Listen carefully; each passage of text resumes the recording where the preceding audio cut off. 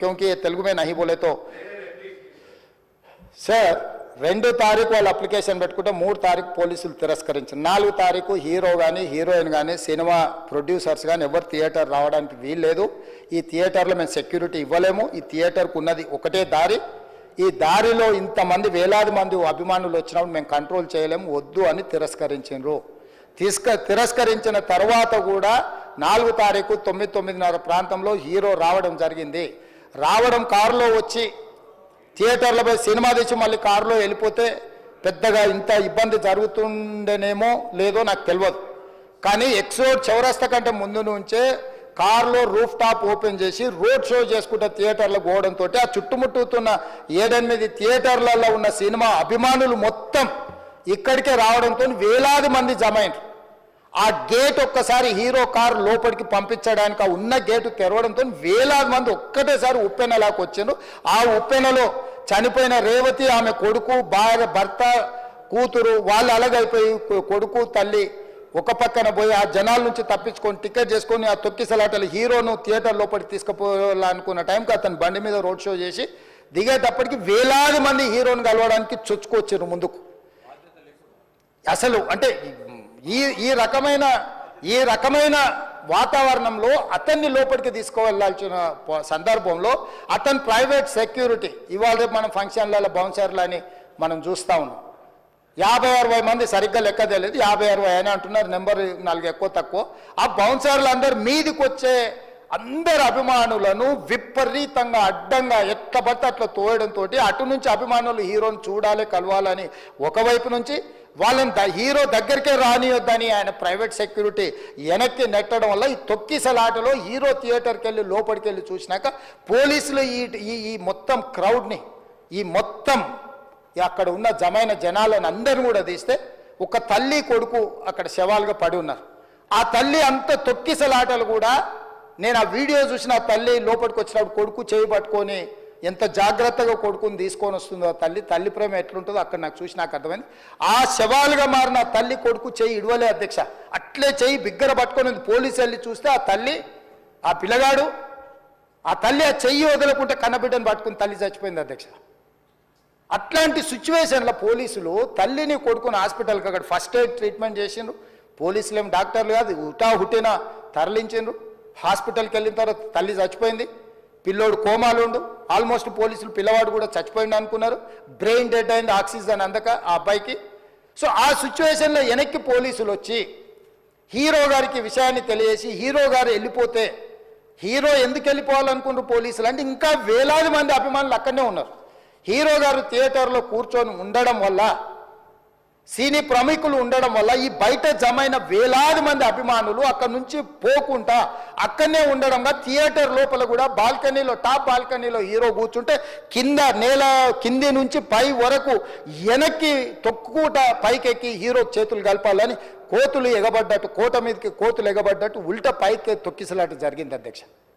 Theatre వాళ్ళు పోలీసులను hero దగ్గరికి వెళ్ళి చెప్పడానికి కూడా అనుమతి ఇవ్వకుండా థియేటర్ వాళ్ళు పోలీసులను బ్లాక్ చేశారు అధ్యక్ష. ఎప్పుడైతే హాస్పిటల్లో తల్లి చచ్చిపోయిన పిల్లగాడు కూడా ఆల్మోస్ట్ చావు నోట్లో ఉన్నాడు అని తెలిసి పోలీసులు వచ్చి ఏసీపీ వెళ్ళి చెప్పడానికి పోతే థియేటర్ సిబ్బంది లేదు హీరో దగ్గరికి వెళ్ళడానికే వీలేదని చాలాసేపు పోలీసులను కూడా హీరో దగ్గరికి పోనీయలేదు అధ్యక్ష వాళ్ళ ప్రైవేట్ వీళ్ళు. చివరికి ఏసీపీ కోపం వచ్చేసి మిమ్మల్ని అందరిని తీసి లోపల వేయాల్సి వస్తుందని అని చెప్పిపోయి హీరోకు ఏసీపీ క్లియర్గా ఇద్దరు చనిపోయినరు, మీరు ఇక్కడ కూర్చుంటే థియేటర్లోనగా థియేటర్ బయట ఉన్న వేలాది మంది ఈ సినీ అభిమానులను మేము కంట్రోల్ చేయలేకపోతున్నాం, లా అండ్ ఆర్డరు శాంతి భద్రతలు చేయి దాటిపోయినాయి, మేము లాఠీ చార్జ్ చేయాల్సిన పరిస్థితి ఉంది, మీరు దయచేసి వెళ్ళిపోండి, వచ్చిండ్రు చూసిండ్రు కదా వెళ్ళిపోండి అంటే లేదు నేను సినిమా అయిపోయే వరకు ఇట్లే కూర్చుంటానని పోలీసులతో చెప్పిండని సిటీ కమిషనర్ నాకు చెప్పడం జరిగింది అధ్యక్ష. అదేవిధంగా ఇంకా కంట్రోల్ కాకపోవడంతో అప్పుడు డీసీపీ పై అధికార రంగంలో దిగి వాళ్ళ అందరినీ లోపల వాళ్ళు ఎంబడున్న అడ్డుకుంటున్న వాళ్ళను పోలీసులతో జరిపించి చక్కగా డీసీపీ పోయి హీరో గారికి బయట చనిపోయినరు, పరిస్థితి చాలా గందరగోళంగా ఉన్నది, మీరు ఇక్కడ నుంచి కదలాల్సిందే లేకపోతే మిమ్మల్ని పోలీస్ స్టేషన్కు తీసుకెళ్లాల్సిన పరిస్థితి వస్తుంది, మీరు ఇక్కడ నుంచి కదలాల్సిందే అని బలవంతంగా అతన్ని సినిమా మధ్యలో 12 గంటల సమయంలో రాత్రి 12 గంటల సమయం అట్టిట్టుగా ఆ సమయంలో అతను తీసుకొచ్చి బండెక్కిస్తే మళ్ళీ అతను రూఫ్ టాప్ ఓపెన్ చేసి మళ్ళీ చేతులు ఊపుకుంటూ రోడ్ షో చేసుకుంటూ అంటే తల్లి చనిపోయి పిల్లగాడు చావు బతుకుల మధ్యలో ఉన్నాడు, మీరు వెళ్ళండి అని వెనక్కి పంపిస్తే కూడా మళ్ళీ కారులో రూఫ్ టాప్ ఓపెన్ చేసి చేతులు ఊపుకుంటా అభిమానులను సంతోషపెట్టుకుంటా రోడ్ షో చేసుకుంటా అతను వెళ్ళిపోయింది అధ్యక్ష. పోలీసులు కేసు చేసిరు. కేసు మీద థియేటర్కి సంబంధించిన కొంతమందిని అరెస్టు చేసిరు. అరెస్టు చేసి 10-11 రోజుల తర్వాత పోలీసు హీరో గారింటికి వెళ్ళిండ్రు. మీరు కూడా కేసులో A11 మీ మీద కేసు ఉందని చెప్పడానికి పోలీసులతో దురుసుగా ప్రవర్తించిండు. మీరు ఆ వీడియోలన్నీ కూడా చూసిండ్రు. ఆ పరిస్థితిలో చట్టాన్ని అమలు చేసే పోలీసులు ఆల్రెడీ ప్రాణాలు పోయినాయి, ఒక నిరుపేద తల్లి చనిపోయింది, కొడుకు చావు బతుకుల మధ్యలో ఉన్నాడు. ఆ రోజు కోర్టుల కేసులు కూడా వస్తున్నాయి. కోర్టుకు కూడా మీరు విచారణలు ఏం చేసిండ్రని కోర్టుకు కూడా పోలీసులు జవాబు చెప్పాల్సిన పరిస్థితి ఉండే అధ్యక్ష. దాంతో మాట్లాడితే వాళ్ళు చాలా బాధ్యతారహితంగా సమాధానాలు ఇచ్చారని మా పోలీస్ సిబ్బంది చెప్తాను. దాంతోనే అతన్ని పోలీస్ స్టేషన్ తీసుకెళ్ళారు అధ్యక్ష. ఇక్కడి వరకు ఒక హీరో, ఒక థియేటర్లో జరిగిన సంఘటనలు, వీటన్నిటి నేపథ్యంలో పోలీసులు వాళ్ళ విధి నిర్వహణ నిర్వహించారు అధ్యక్ష.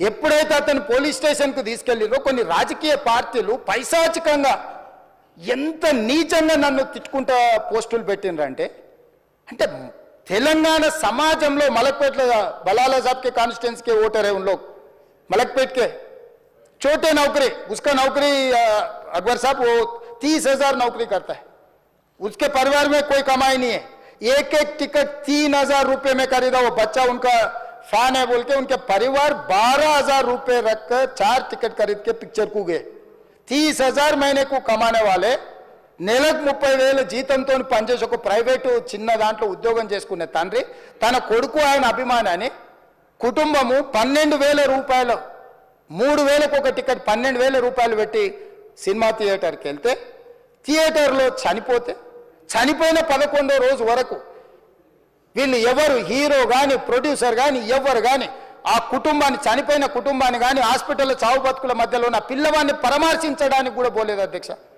ఇది ఏ రకమైన మానవత్వం అధ్యక్ష నాకు అర్థం కాలే ఇలాంటి మానవత్వం లేకుండా వ్యవహరించిన వాళ్ళను పోలీసులు విధి నిర్వహణలో భాగంగా పోలీస్ స్టేషన్ కు తీసుకెళ్తే ఒక ఆయన ట్విట్టర్లో పెడతాడు అడ్డగోలుగా 10 ఏళ్ళు మంత్రి చేసి ఉద్యమాలు చేసినామని చెప్పుకునేటోళ్ళు ఉద్యమాల సమయంలో సినిమా షూటింగ్లో జరగొద్దని దాడులు చేసిన వ్యక్తులు ఇయాల అతను భగవత్ స్వరూపుడు అసలు అతన్ని పోలీసులు ముట్టుకుంటారా అసలు ఈ రాష్ట్రం ఏమైపోతుంది రాష్ట్రం ఉంటుందా ఈ రకంగా రాజకీయ పార్టీలు అధ్యక్ష రాజకీయ పార్టీలు ప్రజాప్రతినిధులుగా చనిపోయిన ప్రాణాల విలువ లేకుండా చావుకు కారణమైన ప్రత్యక్షంగా పరోక్షంగా అయిన వాళ్ళని పోలీస్ స్టేషన్కు విచారించడానికి పిలిస్తే కూడా అది కూడా తప్పుపట్టి ప్రభుత్వాన్ని బద్నాం చేయాలి ముఖ్యమంత్రిని తిట్టాలని ఎంత నీచమైన భాష వాడిన అధ్యక్ష యూట్యూబ్లలో మీరు చూడండి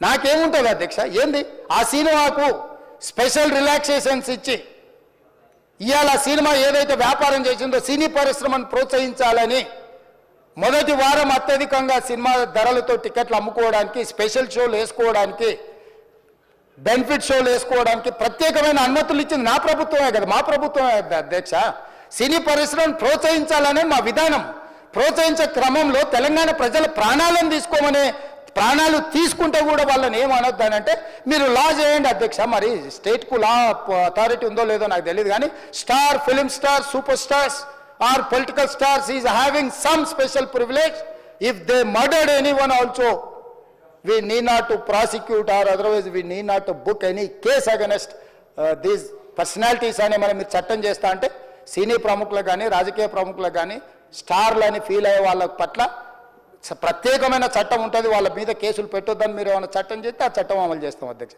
ఈ రోజున్న డాక్టర్ బాబాసాహెబ్ అంబేద్కర్ ఇచ్చిన చట్టం ప్రకారము దీనికి కారణమైన వాళ్ళను ప్రత్యక్షంగా పరోక్షంగా కారణమైన వాళ్ళందరి మీద కేసులు కట్టి పోలీసులు విచారణ చేయాల్సిందే బాధితులను శిక్షించాల్సిందే అధ్యక్ష సో ఈ రోజు ఆ కుటుంబాన్ని ఆదుకోవడానికి ఈ రోజు కూడా ఆర్థికపరమైన విషయాల్లో కానీ దీంట్లో కానీ వాళ్ళు ఎవరు పెద్దగా ఆసక్తి కనీసం సినిమా వాళ్ళు ఒక్కరోజు అతను పొయ్యి వస్తే సినీ ప్రముఖులందరూ అతని ఇంటికి వెళ్ళి అతనికి మొత్తం ఏదో కాళ్ళు చేతులు యాక్సిడెంట్లో పోయినట్టు కన్నీళ్లు గారుస్తారు ఈ సినీ ప్రముఖులు ఒక్కరైనా హాస్పిటల్ పోయినరా అధ్యక్ష నేను సూటిగా తమ ద్వారా సినీ ప్రముఖులను నేను అడుగుతున్నా అధ్యక్ష తల్లి చనిపోయి 9 సంవత్సరాల పిల్లగాడు బ్రెయిన్ డెడ్ అయ్యి ఆక్సిజన్ అందక 20 రోజుల నుంచి హాస్పిటల్లో కోమాలో ఉంటే ఈ సినీ ప్రముఖులు ఒక్క రోజు కోసం పోలీస్ స్టేషన్ పోయిన ఇంటికాడ క్యూ కట్టి ప్రభుత్వాన్ని తిడుతున్నారు, నన్ను తిడుతున్నారు, అతన్ని పరామర్శిస్తున్నారు. ఏమైంది అధ్యక్ష? అతను కాలు పోయిందా, కన్ను పోయిందా, చేయి పోయిందా,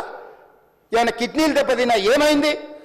అతన్ని ఇంతమంది సినీ ప్రముఖులు పరామర్శించారు, కలిసిండ్రు, అభినందించారు. కానీ ఆ పిల్లగాన్ని కనీసమన్నా పరామర్శించడానికి సినీ ప్రముఖులు ముందుకు రాలేదంటే సినిమా ఇండస్ట్రీలో ఉన్న ప్రముఖులు ఏం ఆలోచన చేస్తుండ్రో, ఏం కోరుకుంటుండ్రో నాకైతే తెలియదు. 100% जो भी अकबरुद्दीन ओवैसी साहब ने जो मुद्दा उठाए, वो मुद्दा के लिए मैं ये बात कह रहा हूं, सचमुच बोल रहा हूं, ये शर्म की बात है. 20 दिन के बाद भी इतने एक दिन के लिए उनको पुलिस स्टेशन को लेकर गए तो हाई कोर्ट भी इमीडिएट अजर्नमेंट मोशन, लंच मोशन ले लिए, उनका बेल भी दे दिए, सब कुछ है. आधी रात को 11-12 बजे अपने लोग बोल रहे थे जेल का दरवाजा खोलो, 12 बजे उनको छोड़ो.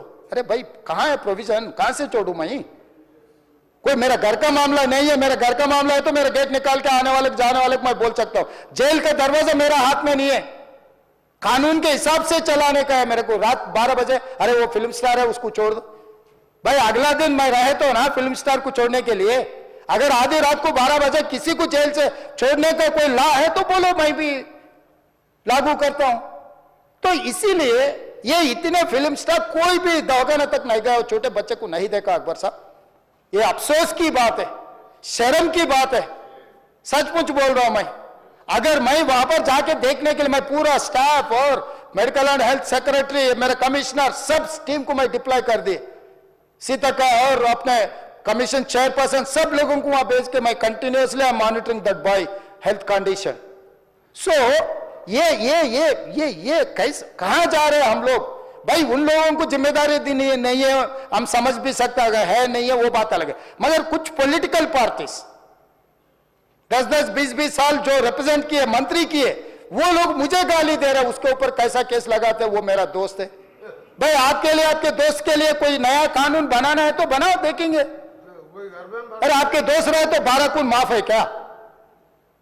मेरा भाई के लिए भी माफ नहीं है, आपके लिए कहां से माफ करूं मैं? मेरा परिवार के लिए भी कोई नया कानून नहीं है. स्पीकर साहब, मैं ये कुर्सी में बैठा हूं, जो कानून है डॉक्टर बाबा साहब अंबेडकर जी ने जो कानून दिए, कानून के हिसाब से हम सरकार चलाएंगे. जो अकबर साहब ने जो बात लिखा, कुछ प्राइवेट डिस्कशन है, कुछ पब्लिक विजुअल्स है. जो पब्लिक विजुअल्स में वो वापस जाते वक्त भी हाथ हिलाया, रोड शो किए, आने से पहले किए, जाने से समय पर किए, पुलिस वाले भी उसको जल्दी जाने के लिए कोशिश प्रेशर किए, सब कुछ सच है. मगर उनको तो बेल मिल गए. अभी कानून तो हम मानना ही पड़ता. तो ये हकीकत है, सचमुच है, मगर ये अफसोस की बात है. मैं फिल्म इंडस्ट्री जो बड़ा लोग है, मैं उन लोगों से गुजारिश करता हूं, इनह्यूमन नहीं रहना. आप बिजनेस कर लो, आप पिक्चर निकालो, पैसे कमाओ, सरकार से इंसेंटिव्स ले लो, सब्सिडीज ले लो, स्पेशल प्रिविलेज शूटिंग के लिए जो होना है वो मांगो. मगर किसी का हत्या होने के बाद, किसी का जान चलाने के बचाने के बाद, किसी का जान लेने के बाद आज स्पेशल प्रिविलेज मांगे तो ये सरकार में नहीं मिलने वाले. मैं जब तक मैं कुर्सी में रहता हूं तब तक नहीं देता हूं. मेरा जिम्मेदारी तेलंगाना आम जनता का जान बचाने का मेरा जिम्मेदारी है. उन लोगों के लिए कोई भी तकलीफ दिए, उन लोगों को कांग्रेस सरकार ने, मेरे सरकार ने छोड़ने वाला नहीं है.